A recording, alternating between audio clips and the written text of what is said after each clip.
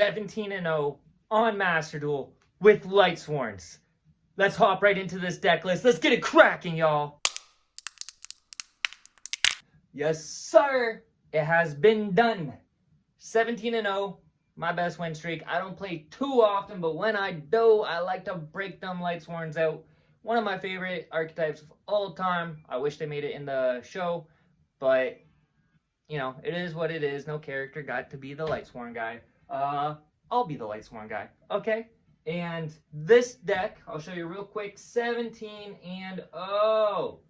Obviously, had to lose before the streak. Finally lost, and I probably could have played my way around it. The one loss I did get, but he had 3 Bystials and a maxi, and kind of just shut my turn down. I was able to keep playing. I just kind of surrendered, though. You know, you gotta admit, you gotta throw in the towel when it's 3 in the morning. You already got a 17 win streak. You know, it's good enough sometimes. So this deck, I'm gonna get right into it, is phenomenal. So not only are you able to do all the regular tier element plays, you're actually able to get into Chaos Ruler because you play level 4 tuners. You're also playing Bystials, so you're able to get into Biron, Baron. You're able to get into Baron, and a couple of other synchros that I will show you guys in a second. So without further ado, let's get it. You got the 3 maxi, 1, 2, 3. I used to not play this, and it's ridiculous. Just play it. There's so many combo decks. There are so many different decks right now that are trying to go off, and Tearlaments seem to still have the #1 role, especially with this ban list. Speaking of, this was before the ban list, but the only card that got touched in this build is one of our Soliacs. We played 2 Soliacs in this build, so obviously in the replays, that's what you'll see. I'll have a couple replays at the end of this video too, so you guys can see it in action. Obviously, I got the streak in silver and gold, so it's not like I was playing crazy matches against diamond players the whole time or platinum, but still, regardless, the deck you're gonna see, I would be able to bring this all the way through platinum, all the way through diamond. You would be able to. If you guys want to show me your little techs, definitely leave it in the comments below. Let me know how you guys want to play this build, if you guys think this build is good. I think it's phenomenal. We play the 1 Ibly. Because we mill so much, we're able, we play Sprite Elf, obviously, in this deck, and you can play Sprite Sprint. So you can dump it from deck, and then with Elf, you can special summon it. We play the 2 tier elements Merly. I wish it was at 3. 2 Haveness. I'm surprised that this did not get hit. I'm surprised tier elements didn't get touched, really. Obviously, Soliac to 1, but we weren't even too worried about that. The 2 Haveness. Now, we have 3 Wolf. This is a mill deck like crazy. All your tier elements mill your Wolves and all your other Lightsworns and proxy their effects. So Wolf, when it's sent to the graveyard, it gets special summoned, regardless of Foolish Burial, any way it gets sent to the graveyard, it gets special summoned from the deck. When it gets sent to the graveyard from the deck, it gets special summoned. That's what I was saying. We got the 3 Raiden. This is your normal summon of the deck. So you'll see we only play 1 Kaleido Heart, 1 Rhino Heart, which is right here. And you could even play Rhoda, because Raiden is a warrior, same with Rhino Heart, so you have more than 1 target. Felice is the same thing as Wolf, where if it gets sent to the graveyard from the deck, you can special summon, but it has to be by a monster effect, meaning Haveness and Sheeran can both proxy out your Felice if you mill. And then the other effect that Felice has is you can tribute herself, and if you do, target 1 opponent, 1 card your opponent controls, 1 monster, and destroy it. And if you do, mill 3 cards. So it's spot removal and extra mill, and it's a beauty. Yeah, it's a brick in the hand, but there are so many ways you can actually ditch cards in this build that you're not going to worry about that too much. You got your 2 Sheerans and your 1 Rhino Heart. Then you got 1 Keldo, 1 Medora, and 2 Kelbecks. We do not play a YuGiOh. Same reason why most Tearlaments players don't want to play a YuGiOh, just because you don't want to be milling your opponent's cards. So we have no YuGiOhs, but we are still playing 2 Kelbecks and 1 of each of the shufflers, because that's all we can do. Next up, we got the Bystial. So we got 1 Magnemite, we have 1 Druid's Worm, and we have 1 Baldrake. Depending, once I get into Platinum and Diamond, I may step Baldrake up to 2 or 3, really depending what I'm playing against. I haven't really had to lean too heavily on the Bystials. It's kind of just like a nice extra in this deck. And with Chaos Ruler, if you mill Bystial, you can add it to your hand. So, yeah, Bystials. Chaos Hunter at 3 in the main. Obviously, there's no side decks in Masterduel, and if you're playing Tearlaments, your opponent is going to try to banish your stuff if they can. Some people even just build banish decks for that, and there are a lot of archetypes still in the meta that like to banish. So Chaos Hunter is a good way to ditch unwanted cards from your hand. You can start plays that way, and you shut your opponent off from banishing whatsoever. So unless they chain their Bystial right away, if there's no lighter darks, then they can't. Chaos Hunter will even shut off the Bystials. So that's good to know. Adds a little defense and goes on the offense, kind of adding a little floodgate-esque effect, right? Same with Ibly. So this deck goes off like a combo deck and has built-in floodgates. So nice. Everything you need. We have the 1 Foolish Burial. We have the 3 Charge of the Light Brigades. If you guys don't know, it sends 3 great cards from the top of your deck to the graveyard, and then you search out a level 4 or lower Lightsworn from your deck to your hand. So it's a mill 3 and a search. It's the best card ever made. My favorite card, Charge of the Light Brigade. Charge of the Light Brigade. Beauty. Next up, we have Primeval Planet Paralorino. Yeah, I didn't want to say the full name, but you got it out of me. Next up, we have Tearlaments Stream. Kind of just wanted to see if I could say the full name. We got Tearlaments Stream, just at 1. A lot of the time, you'll have a Merly in the grave or in your hand already, because your Lightsworn spell cards, Charge of the Light Brigade, if it mills Merly, you will not get Merly's effect. That's the one setback with this, but it's not that bad, because let's say you have to normal summon a Raiden and mill 2, and you end up milling a Merly or a Havness with no other monsters. If you were already able to get some Darks or some Tearlaments in your graveyards through your other spell cards, then it doesn't really matter. You can normal summon Raiden, mill 2, and still go into a Kit Kalios, do the whole mill 8. You guys know how it is, especially if you already have access to Merly. You add Scream, that's a mill 11, plus Raiden mills 2 himself, and if he's still on the board at the end of the turn, he's going to mill 2 more. I don't know how many times you need to mill in this deck. This is a 40-card deck. We go through 26 cards every game 1, almost, it seems like. And our games don't last more than 3 turns.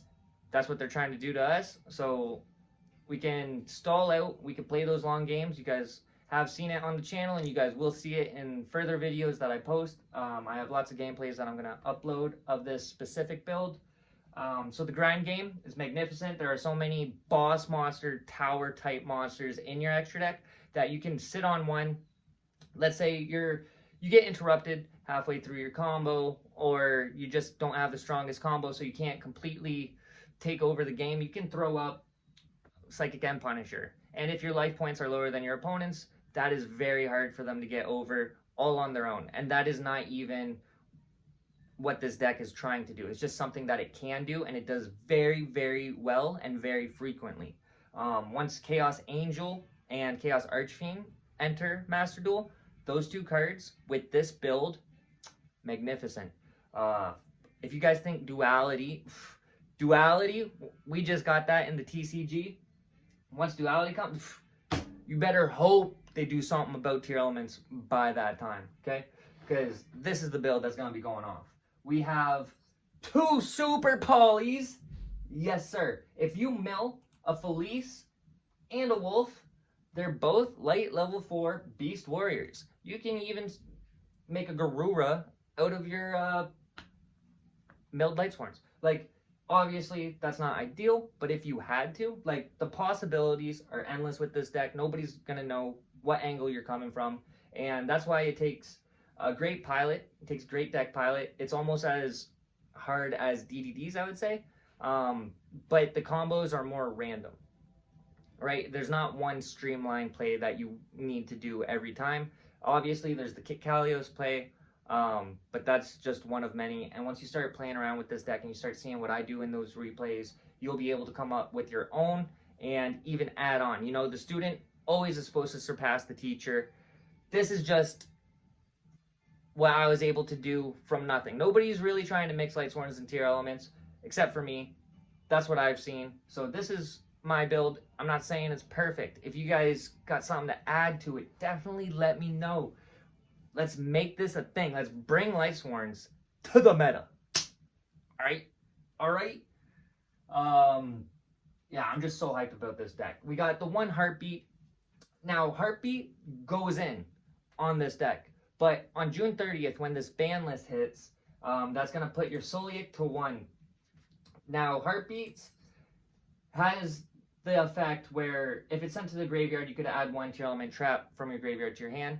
And that effect goes in when you have multiple copies of Solic, because you'll most likely be sending one of your traps before. So with this new ban list, either in this build, we're going to have to switch out a Solic with maybe a Crime. That way we can keep the Heartbeats and we'll still have a second target. Or we cut one of the Solics and we cut one of the Heartbeats, and you can easily add a third Super Poly. You could add a second Rhino Heart. You could add a third Felice. You could cut both those out and add 2 Charge of Light Brigades. Just if you don't want to hard draw those Wolves and Fleeces and be stuck with those. Charge of Light Brigade is ditch 1 Lightsworn, draw 2 Mill 2. So you're going to replace the cards in your hand, and then you're going to add 2 to the graveyard. And those could be whatever. If you mill a Wolf, that's a free body. If you will a Felice, like I said, it's only monster effects that will proxy her effect. So that's it for the main deck. Nice, clean 40. I love it. Super consistent. I wouldn't really change too much about it. I tried to play with Rhoda. You'll see I have Fairy Tale Snow in some of these replays because I throw in a Fairy Tale Snow instead of a second Fleece. And I think I even tried taking out all the Fleece, and I didn't like that. I actually really like the effect that Felice can pop. A lot of people overlook that, and there's some big boss monsters with a lot of attack that aren't protected from destruction. And people overlook that. They think they got a big body, so they're okay. Well, I use my Felice, pop off one of your big bodies, and then I got my Baron, you know, or my Rukalos, or my Kaleido Heart, or my Planet to deal with other problematic situations. So just having Felice as that easy, I already know, if I mill it, boom, you got to deal with this, or it's popping your monster. And to use resources to deal with your opponent's Felice is so gross. It's a win either way. If they have to use their resources or you get to pop their monster, either way, you won, because that just shouldn't be done. So for the extra deck, we fuse. So we fuse a lot. We got the Mud Dragon, we got the Garura, we got the Kit Kalios, the Rukalos, and the Kaleido Heart. And then we do still play 1 Drago Stapelia. So we're playing 6 card fusion extra deck, and that's it. Usually we'll probably go into 4 of these fusions, at least 2 to 4 of these fusions every game. And this is by far the boss monster of this deck.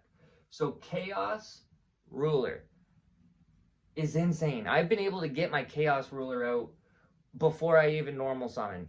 When you're able to dig 5 cards into your deck, add a light or dark to your hand, and then send the rest to the graveyard, and those being Wolves, Felice, and Tearlaments that are going to proxy their effects, you're already up so far without even using your normal summon.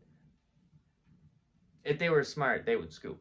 But you got to be careful, because if you're not smart, you get a little cocky and a little too greedy, which I've been known to do, especially with this deck. You could just keep going and going and going and going. Keep track of your time. I've lost 75% of my losses with this deck are through time. And I was winning those matches. I was going to win those matches, and I timed out. I've decked out once, and I decked out the turn that I OTK'd my opponent. So even when I decked out, I didn't lose. So decking out isn't an issue with this deck. It's time. You want to be aware of how much time you have. And as you play and progress through more with this deck, you'll start to realize the lines of play that you can do and be more quick about it. I've even had to just end without going into battle phase just so I can catch back up on my time. And like I said, I got some replays for you guys, some crazy replays. Anyways, Chaos Ruler, boss monster of this deck. You can always normal summon Raiden, mill 2, and then activate Sharon, ditch a card from your hand, special summon Sharon. Let's say you mill nothing, that ditch, you don't do anything with those. With that one normal and that one special, there's your level 8 Chaos Ruler, and that will dig you deeper into your deck. You'll hit something. Every single time you'll hit something, and you'll see in these replays. Baron, Baron de Flor. Yeah, I'm butchering that name. I go into Baron. I probably went into Baron maybe like 3 times, and that's about it. It does what it needs to do. This spot, you might be able to change this spot, actually. So you'll see I don't have a sprint. You could probably switch Baron for sprint. Next up, we have Psychic End Punisher. You could take Psychic End Punisher out too. It's not as hard to make though, because your Chaos Rulers or your Chaos Hunters are level 7. All you have to do is mill a Felice or normal summon a Raiden, and you got your 11 right there.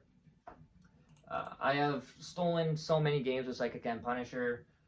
It's probably always going to be in one of my builds if I have tuners. So, next up, Abyss Dweller. Nothing needs to be said. Baguska, they interrupt your play, they max you.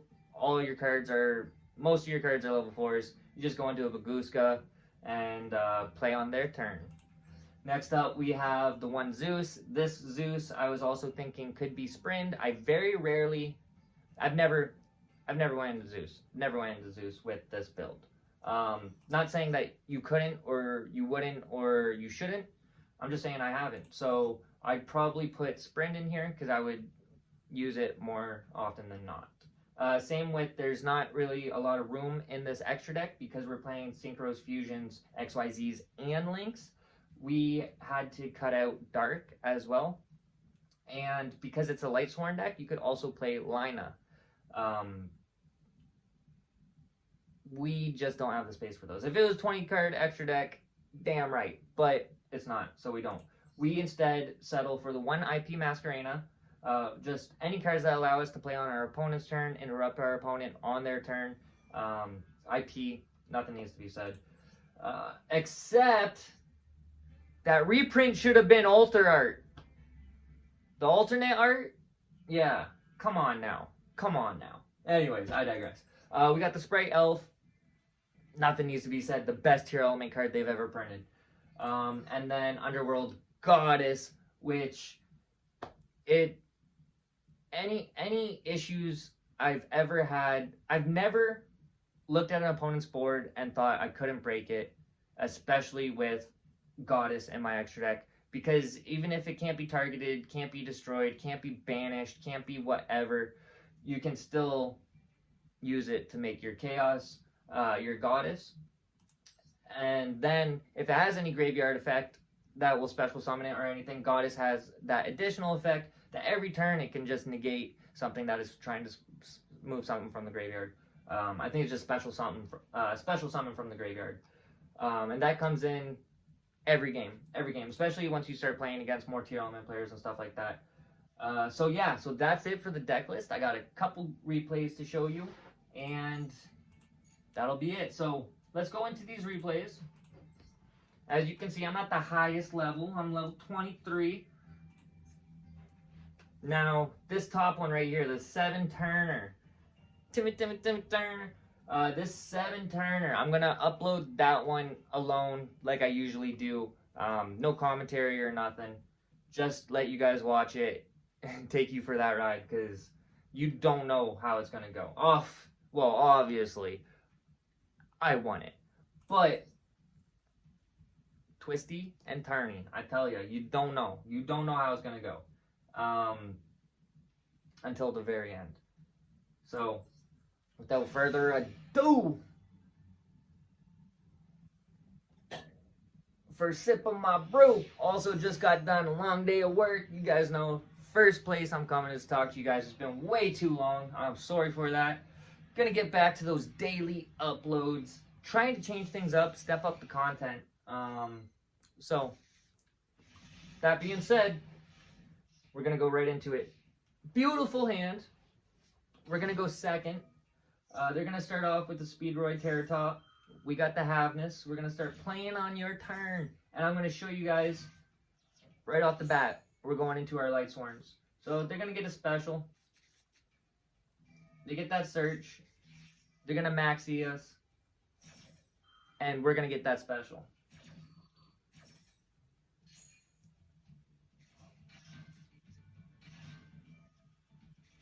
So right off the bat, if they make a monster that can be destroyed, I can easily just tribute my Felice, and it's an easy 1-for-1.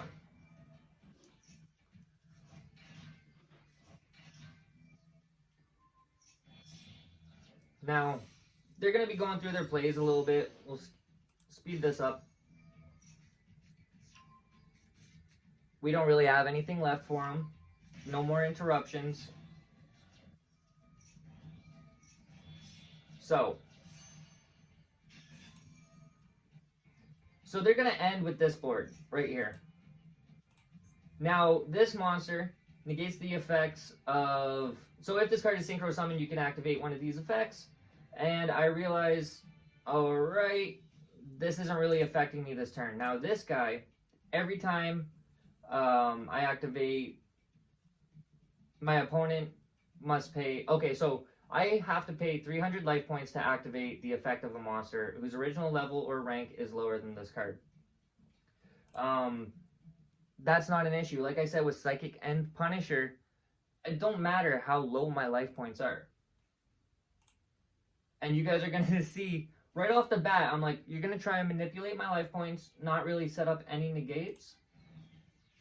I'll show you what I'm going to do to that. Alright, so we got the Heartbeats. That's why I was saying Heartbeats is a good card. You get your spell removal.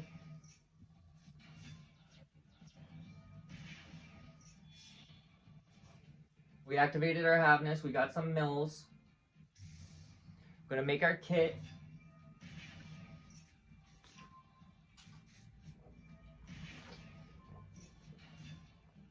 So, I can pop my Felice right now. And pop his monster that's causing me to lose all these life points. I don't care. I'm about to get another Felice. And all I'm doing is just looking for that OTK. I already know I'm going to deal with both his monsters. Use that Felice to deal with them like I told you. Boom! Psychic and Punisher! So, a lot of people forget about this. Psychic and Punisher has this effect. Once per turn, you can pay 1,000 life points. Target one monster I control, and one card my opponent controls. Banish them both. I'm paying 1,000 life points. If we're both at 8,000, once I use this effect, now his above effects kick in. When your life points are less than or equal to your opponent's, the synchro summoned card is unaffected by your opponent's activated effects. The other effect that Psychic and Punisher has is this. Attacking with over 6,000 life points.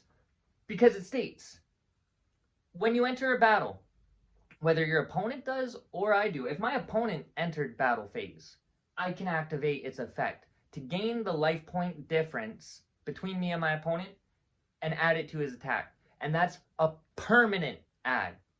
Okay? So he's at 60. Let's say I don't OTK. Let's say he has 1 life point left, or he has electromagnetic turtle in his graveyard and he banishes. I can't attack. He's going to stay at 6,500. And the next turn, whatever the difference is going to be added. Psychic and Punisher is insane. It's a one-stop shop to destroy your opponent all by itself. So, there's one replay. Alright, and now here's the second replay. So, I showed you guys what Felice can do, what the Lightsworns do. Showed you how you can get into your Psychic and Punisher easily in this deck. Now, we're going to show you how it is when we go first. We went second the first time. We're going to go first this time. We get max seed. So right away, I don't want to do too much. I don't want to give them too many resources, but our deck just likes to go off. So we're going to give them a couple. We got our Kit Kalios. What I say? Felice every time, baby. Feliz Navidad. Like I said, we already had access to them early, I believe. Oh, that's the thing. We didn't want to keep going off. So what we did is we just added the scream. Because, boom. As soon as they summon, we got our Tearlaments. We get to start milling. We're going to start special summoning. They try to maxi us. We've already maxied them. It is game time. Now, when I milled with my Kelbeck, we seen that they're playing Dragon Maids. Some sort of dragon deck. Not gonna matter. You guys see it. This is on their turn too.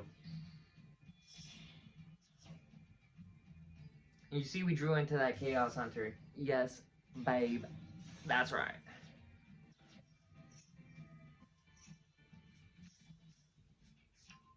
So beautiful. They're gonna add a Red Eyes Darkness and end there. Alright?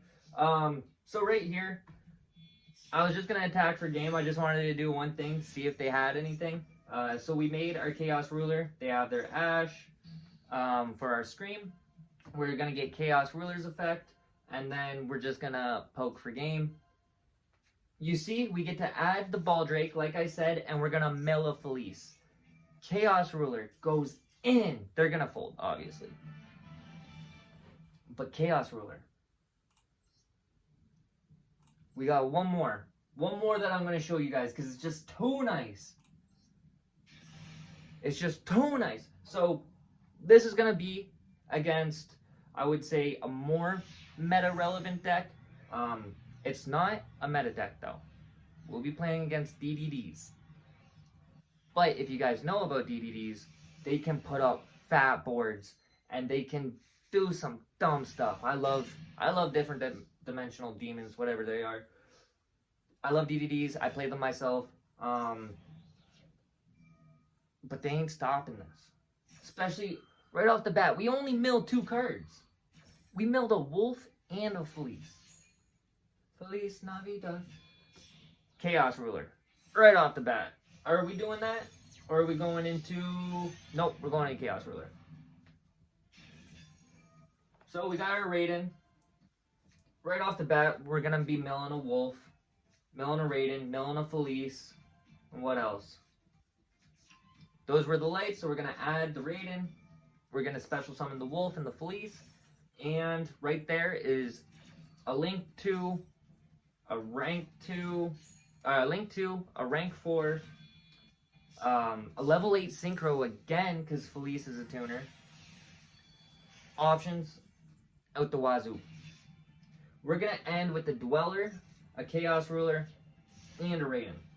Nothing too crazy, but we do have the Kelbeck in hand, the Chaos Hunter in hand.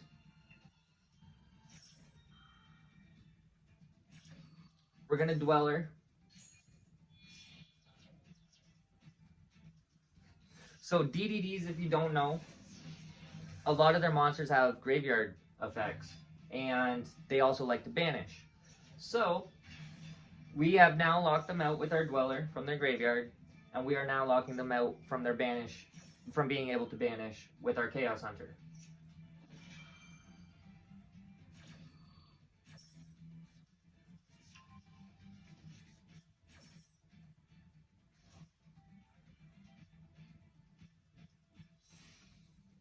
And boom, Mud Dragon.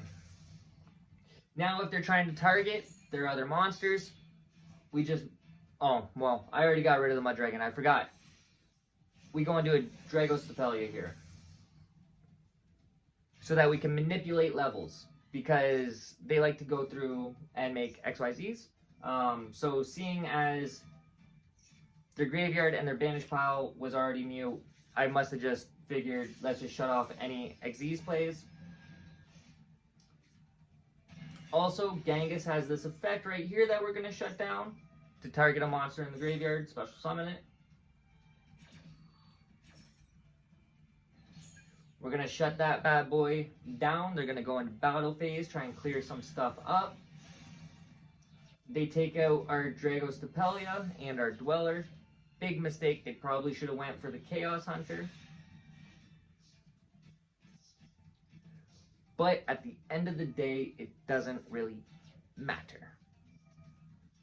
If you play this deck properly, you don't gas out, every turn you can make an intense board. You don't have to use all your resources either. Just pay attention to your time and enjoy and have fun and figure out new lines of play. Because this can't be it. This is intense. Everything this deck is able to do is so intense. But I know I'm missing something.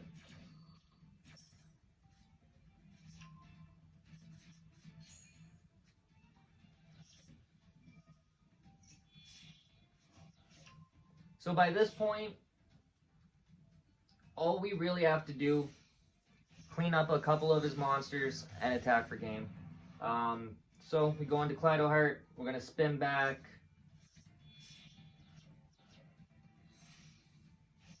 What did I say about Chaos Hunter? Chaos Hunter being a level 7. Raiden being a level 4 tuner. Straight into Psychic. We're going to bring out a Spright Elf to bring out some material just for us to banish. Okay? Now Ibli. Could have used Ibli right here. Let's say we weren't going to be able to take this game. Use Ibli and your Chaos ruler. Make an IP. Send Ibli over to your opponent. But that's not the case. You just seen it. Smacked them. Gorgeous. Gorgeous, gorgeous, gorgeous. So if you guys enjoyed this deck list, these replays, this walkthrough, let me know in the comments. And until next time, keep it cracking.